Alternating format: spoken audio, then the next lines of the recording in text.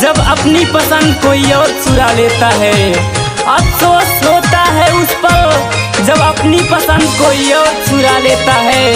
ख्वाब हम देखते हैं और हकीकत कोई और बना लेता है। जाते बड़ ससुरा जाने हमरा के भुलाई के, जाते बड़ ससुरा जाने हमरा के भुलाई के।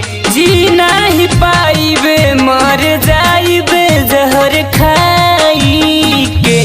जाते बड़ ससुरा जाने हमरा के भुलाई के, जाते बड़ ससुरा जाने हमरा के भुलाई के।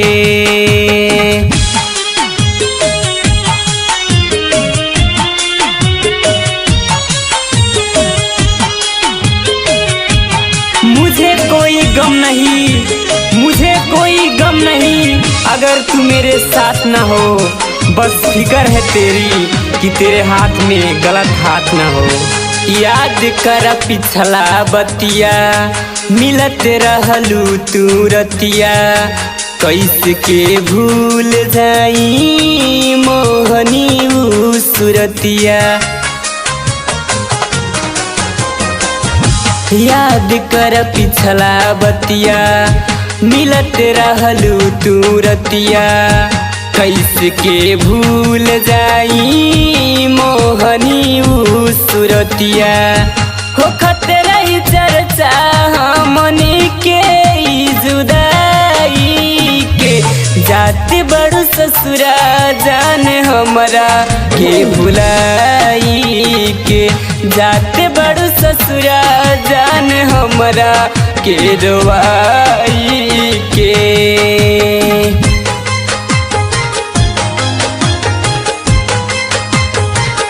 तुझे पा ना सके तो भी सारी जिंदगी तुझे प्यार करेंगे। तुझे पा ना सके तो भी सारी जिंदगी तुझे प्यार करेंगे। ये जरूरी तो नहीं जो मिल ना सके उसे छोड़ दिया जाए। तू हमारे जान रहलू, दिल के अरमान रहलू, माने मंदिर के हमरे तू ही भगवान रहलू। हो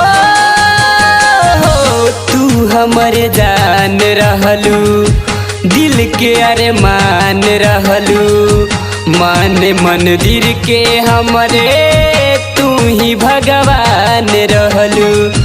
कहे दूर कैलू अपना ऊपर छाई से।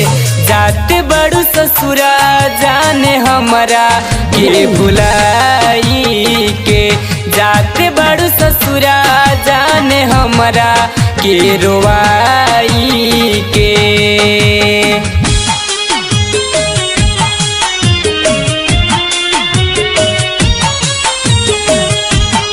अपने वसूल तेरी मोहब्बत में इस तरह तोड़े हमने, अपने वसूल तेरी मोहब्बत में इस तरह तोड़े हमने। गलतियां ना थी फिर भी हाथ जोड़े हमने। दी के राजा के सपना तू ता चूर चूर कैलू, पिंटू महेश के साथे डोली में चढ़ के गइलू। डी के राजा के सपना तू ता चूर चूर कैलू, लालू आजाए के साथे डोली में चढ़ के गइलू।